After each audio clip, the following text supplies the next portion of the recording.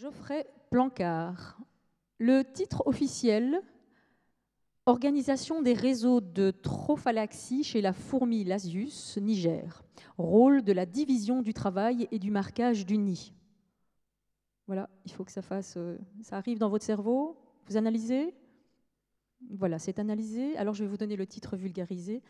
Odeur et bouche à bouche, les clés de l'organisation des fourmis. Je vous demande d'accueillir Geoffrey Plancard.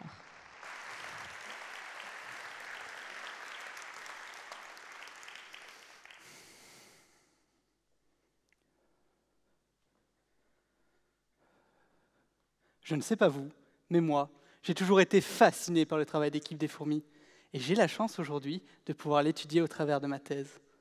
On sait déjà que les fourmis se partagent la nourriture dans le nid grâce à ce que l'on appelle une trophallaxie, c'est-à-dire un bouche à bouche où la fourmi donneuse régurgite la nourriture à la fourmi receveuse.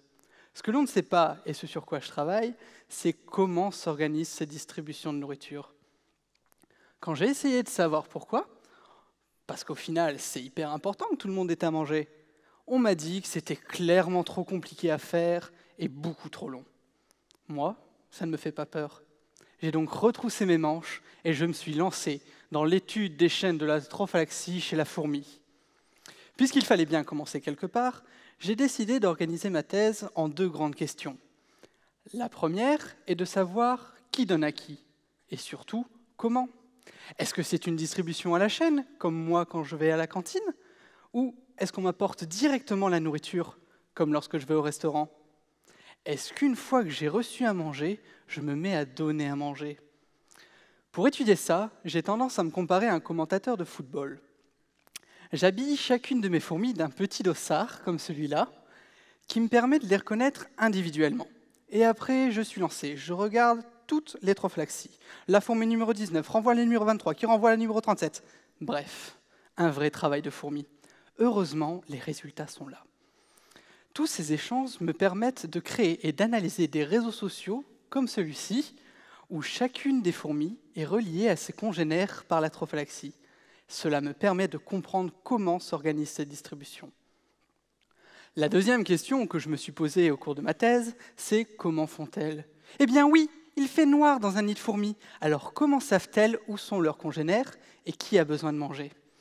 Mon hypothèse, c'est qu'elles utilisent les odeurs. Mais je ne sors pas cette idée de mon chapeau.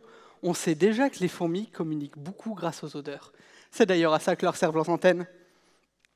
Ma tâche consiste donc à, dans un premier temps, déterminer si effectivement il y a une odeur particulière là où sont les fourmis, et peut-être même trouver une odeur spéciale qui dirait « j'ai faim ».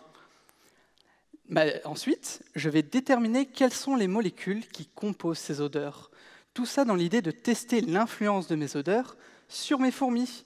Vous l'aurez sans doute compris, l'idée au final est de connaître l'influence de ces odeurs sur mes réseaux de trophallaxie. Je vous remercie de votre attention et j'espère que la prochaine fois que vous verrez une fourmi, vous vous demanderez comme moi qui est-ce qu'elle a encore embrassé. Merci.